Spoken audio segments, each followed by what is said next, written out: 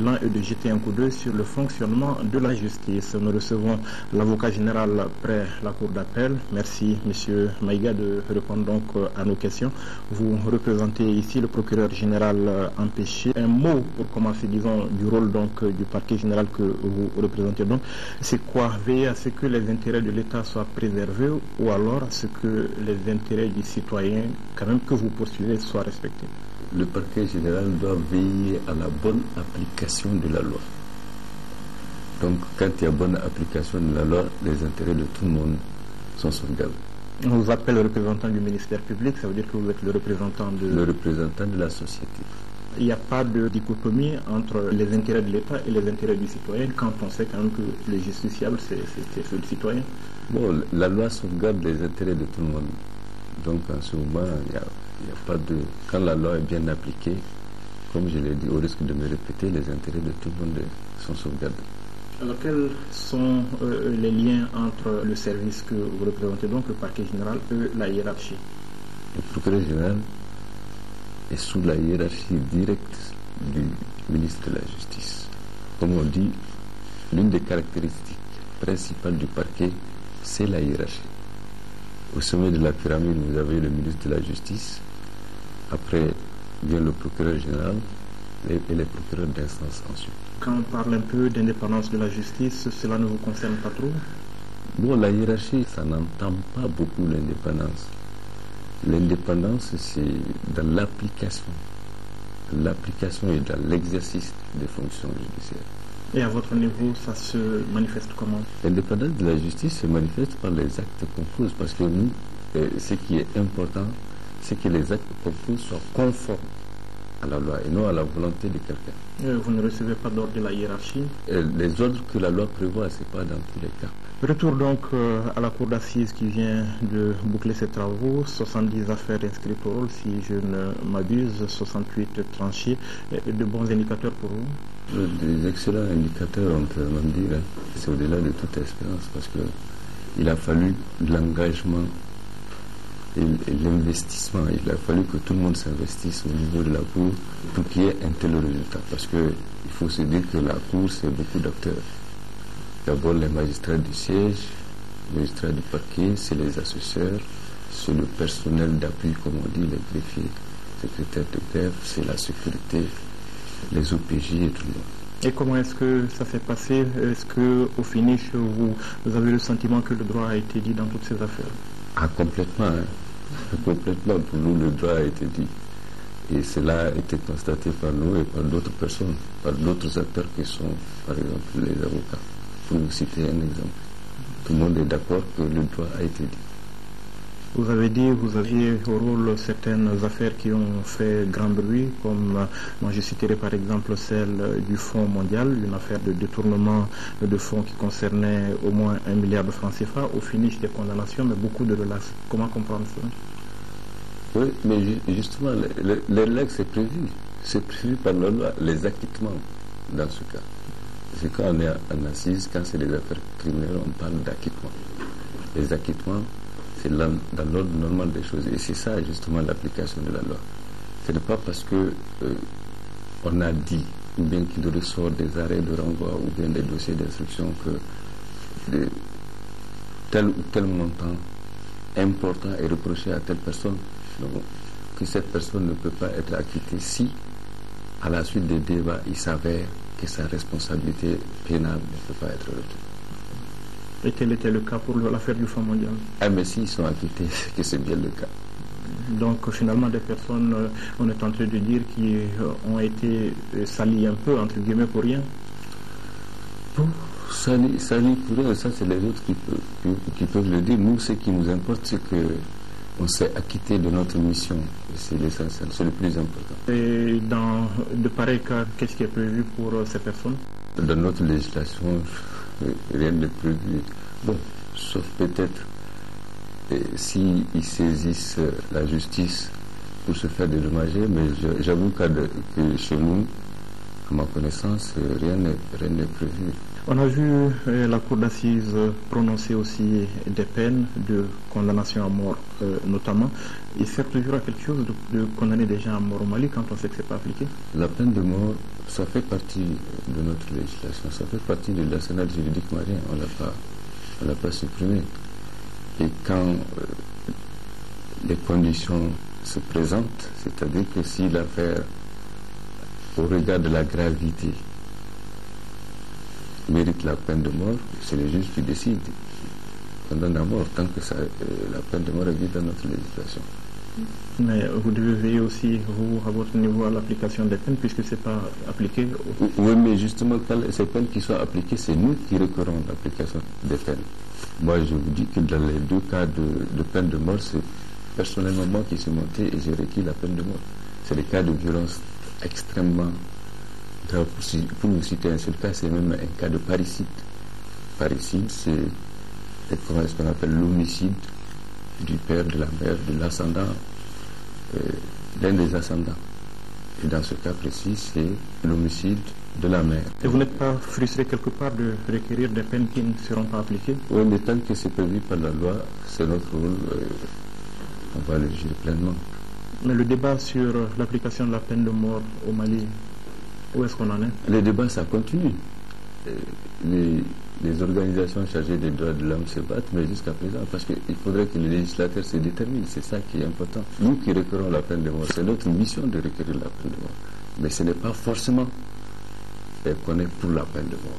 On parle souvent de montée de la criminalité au Mali. Est-ce que ça se ressent chez vous au niveau des dossiers que vous traitez, au niveau des assises? Ça se ressent naturellement, égard au nombre de dossiers que nous avons. Et bon, il y a en tout cas, à l'occasion des assises, de la session qui vient de passer, c'est les crimes de sang qui sont prédominants.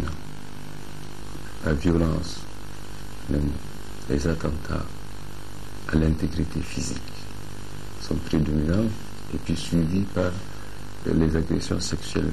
Ensuite viennent les cas de vol qualifié, ce sont des formes d'agression aussi. Mais la criminalité monte, ça on le sait, on le sent. Et c'est effectif. Est-ce que la prévention fait partie de votre rôle à vous? Quand les gens sont poursuivis, c'est une façon de prévenir aussi les infractions. Parce qu'ils sont extirpés de la société, parce qu'il n'est pas évident qu'ils ne soient pas amenés à répéter. Et donc ça, c'est aussi c'est une forme de prévention. On sait que dans les prisons maliennes, il y a beaucoup de gens qui sont en attente de jugement. L'engorgement des prisons a été toujours un problème ces derniers temps. Alors, est-ce que les dispositions sont prises à votre niveau pour remédier, disons ça? Si vous avez suivi l'intervention du procureur général, il avait indiqué que désormais, on aurait 6 sessions par an. Ça veut dire chaque 2 mois, il y aurait une session d'assises. Mais je vous dis d'ores et déjà que ça, les assises, c'est des moyens. Il faut que, au niveau politique, on suive, c'est-à-dire que le département, au-delà, s'engage à donner les moyens nécessaires quand, comment est-ce qu'on appelle, les acteurs sont déterminés à aller de l'avant. Vous avez demandé les moyens? Les moyens, on va les demander. Les conscients d'une chose, c'est que au sommet de la pyramide, les gens sont disposés à offrir ces moyens. Vous êtes à la cour d'appel avec le procureur général depuis pas aussi longtemps que ça. Les mots qu'on reproche à la justice aujourd'hui, est-ce qu'ils sont réels? Cette justice qui ne s'en prend qu'aux faibles, cette justice qu'on peut payer pour lui connaître de l'argent, qu'est-ce que vous en dites? Vous savez, la justice, c'est un ensemble d'acteurs. Ce n'est pas une ou deux personnes qui peuvent faire changer les choses. Il faut un engagement de tout le monde. Il faut que tout le monde se décide au changement. C'est en cela seulement. C'est vrai que, comment est-ce qu'on appelle ce changement, peut venir de là-haut, parce que les gens, ils prennent toujours exemple sur ceux qui sont au-dessus. En cela, il n'y a pas de doute possible pour le citoyen malien, ça on le sait. Mais je crois que chacun s'investit de la façon dont il peut. Nous, quand même, à notre niveau, je peux vous assurer par la grâce de Dieu et par l'aide de Dieu, nous sommes déterminés à aller de l'avant. Mais de votre position, vous êtes quand même des acteurs majeurs. Qu'est-ce que vous entendez entreprendre un peu pour changer l'image que les gens ont? Mais justement, en fonction de nos responsabilités, c'est-à-dire l'influence que l'on peut avoir sur ceux qui sont au bas de l'échelle par rapport à nous, c'est-à-dire les procureurs de la République et les substituts. D'ores et déjà, la première chose qu'on a commencé à faire, c'est de les recevoir pour leur indiquer comment on souhaite désormais que le travail soit fait. Et puis, puisqu'on a un peu plus d'espérance qu'eux, on indique les voies par lesquelles il faut passer pour améliorer les choses. Vous indiquez la voie, les maîtres mots, ça va être quoi? La voie, les maîtres mots, ce serait la rigueur. La rigueur dans tout ce qu'on fait, la rigueur vis-à-vis d'eux-mêmes, la rigueur vis-à-vis des officiers de police judiciaire qui sont sous leur direction, parce que ça commence là. La justice, ça commence là. Ça commence par la police judiciaire.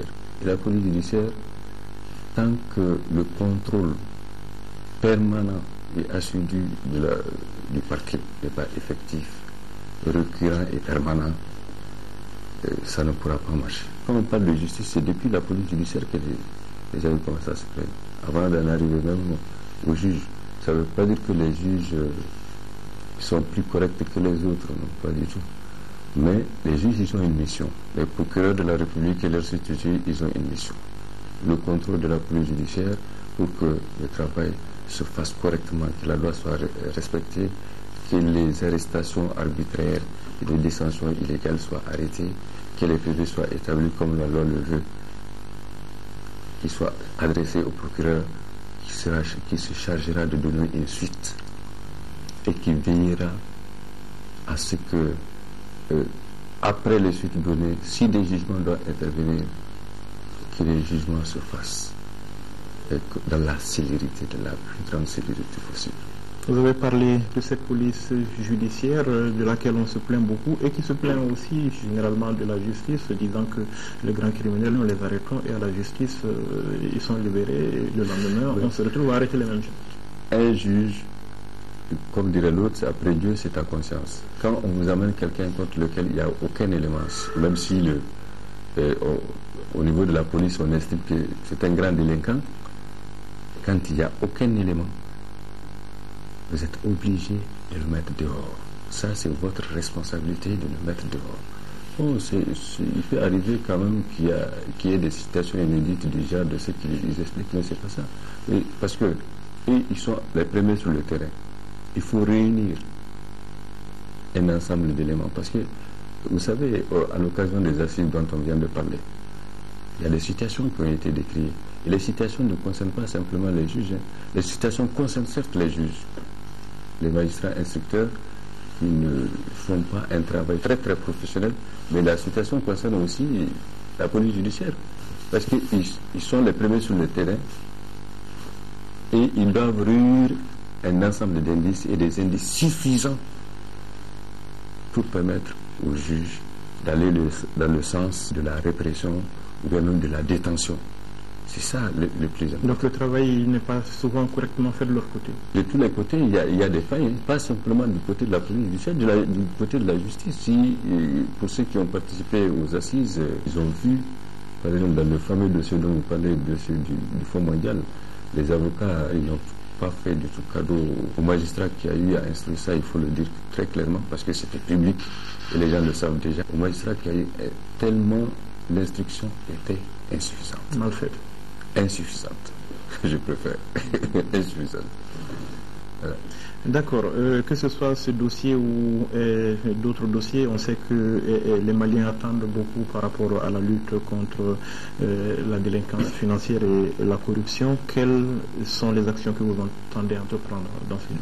La délinquance financière, au niveau du ressort de notre parquet, du parquet général de l'appel de Monaco, c'est le procureur de la promontoire qui est compétent pour l'ensemble des affaires judiciaires. Et le procureur de la promontoire, je crois que tous les procureurs qui se sont succédés dans cette mission-là l'ont accompli avec beaucoup de détermination et beaucoup de courage.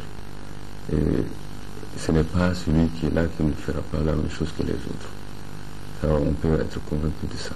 Vous savez, le commun de Maliens croit souvent que chaque fois que l'État est en procès contre un particulier, c'est l'État qui perd. Comment le comprendre? Ah bon, ça, moi je ne crois pas tellement. Bon, dans tous les cas, c'est le droit qui est dit. Si l'État n'est pas dans le bon droit, et comment est-ce qu'on appelle, il faudrait qu'il perde, qu'il accepte de perdre. Le droit, c'est fait pour tout le monde. Maintenant, quand on perd, il y a toujours des voies de recours, il y a plusieurs étapes à franchir. Je crois que si à toutes ces étapes on perd, ça veut dire que on n'a pas je suppose qu'on n'a pas le bon droit, le droit de son côté. Un mot de la crise du Nord pour terminer. On a entendu le procureur dire qu'on juge des gens ici pendant qu'il y a des crimes pires, bien pires, qui sont en train d'être commis au Nord présentement, des crimes qui risquent donc de passer inaperçus ou impunis. C'est quoi, un aveu d'impuissance de la justice nationale? Bon, pas un aveu d'impuissance, soyons réalistes.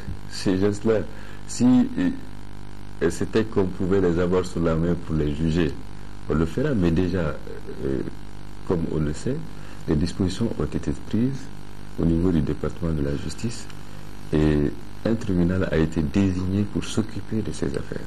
Ça, c'est déjà le plus important. Maintenant, le jour où la réalité changera et que ces gens-là pourront être arrêtés, et ils répondront de la justice, ils répondront devant la justice comme tout citoyen. C'est quand même clair. Mais dans la configuration actuelle, il faut reconnaître que c'est difficile. On ne peut pas les appréhender. On a souvent parlé de renouveau de la justice malienne. Qu'est-ce que vous en pensez? C'est pour quand? Le renouveau, c'est en marche. Nous pensons que c'est en marche. Parce que, vous savez, il faudrait toujours, comme j'ai dit, ça dépend de l'engagement de l'ensemble des acteurs. Pour qu'il y ait changement, il faut un engagement de l'ensemble des acteurs. Il faut que certaines habitudes soient abandonnées. Il faut qu'on ait la conscience claire de ce que la mission qui nous est confiée, la mission que confiée à la justice, est une mission extrêmement importante. Et là, je disais que j'ai été très impressionné par une intervention du ministre de la Justice lors de la conférence de parquet, citant Churchill qui disait que quand il venait après, je crois, la Deuxième Guerre mondiale, il a demandé à un de ses conseillers qu'est-ce qui va. Il dit que tout est à terre, sauf la justice. Il dit non, si la justice est en éveil, ça veut dire que tout va marcher. Et c'est important de le savoir. Les affaires, ça dépend de la justice. La vie, les rapports des êtres, ça dépend de la justice. Quand il n'y a pas de bonne justice, et ça, il faudrait que les acteurs prennent conscience de ça. C'est important pour nous. C'est important pour nous-mêmes à l'intérieur de notre pays, c'est important parce que les bailleurs de fonds, quand il n'y a pas de justice, de bonne justice, ils n'investissent pas. Et la tranquillité sociale, quand il n'y a pas de bonne justice, ça aussi, elle ne peut être sauvegardée. La paix.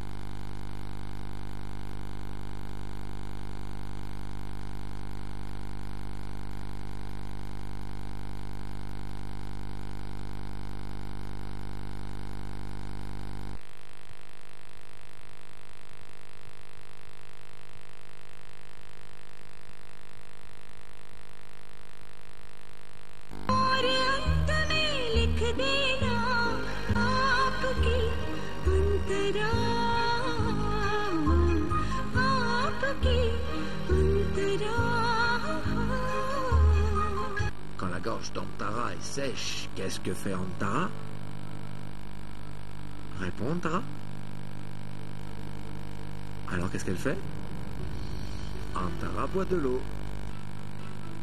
Quel est le plat préféré d'Antara? Qu'est-ce qu'Antara a toujours envie de manger? Vraiment très bien, c'est la crème glacée. Parfait, super. Ce mariage n'aura pas lieu. Vous savez, il y a beaucoup trop d'obstacles. Aujourd'hui, il n'y en a plus. Dans le passé, il y en a eu, oui. Les parents ont donné leur accord. Quand même, il y a toujours l'ombre du danger. C'est très difficile de réparer ce genre de lien.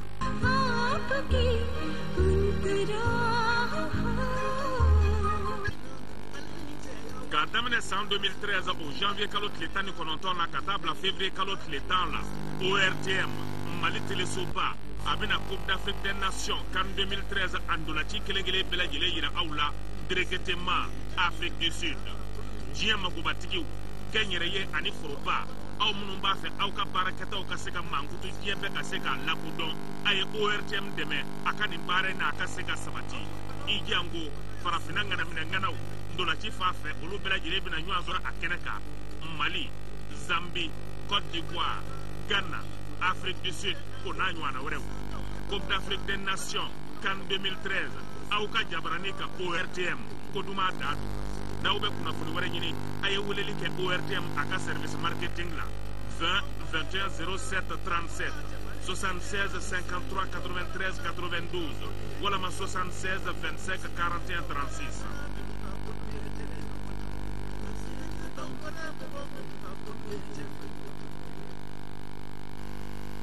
Impressionné par une intervention du ministre de la Justice lors de la conférence de parquet, citant Churchill qui disait que quand il venait après, je crois, la Deuxième Guerre mondiale, il a demandé à un de ses conseillers qu'est-ce qu'il va. Il dit que tout est à terre, sauf la justice. Il dit non, si la justice est en éveil, ça veut dire que tout va marcher. Et c'est important de le savoir. Les affaires, ça dépend de la justice. La vie, les rapports des êtres, ça dépend de la justice. Quand il n'y a pas de bonne justice, et ça, il faudrait que les acteurs prennent conscience de ça. C'est important pour nous. C'est important pour nous-mêmes à l'intérieur de notre pays, c'est important parce que les bailleurs de fonds, quand il n'y a pas de justice, de bonne justice, ils n'investissent pas. Et la tranquillité sociale, quand il n'y a pas de bonne justice, ça aussi, elle ne peut être sauvegardée. La paix publique ne peut être sauvegardée. Donc c'est extrêmement important. Il faudrait que les acteurs que nous sommes, nous réalisons l'importance et l'intérêt d'une bonne justice pour notre pays. Merci, M. Maïga, d'avoir répondu à nos questions. Merci. Merci, mesdames, messieurs, d'avoir été avec nous. On se retrouve la semaine prochaine pour un autre numéro de l'interview de la semaine. En attendant, passez de bons moments de télévision en notre compagnie.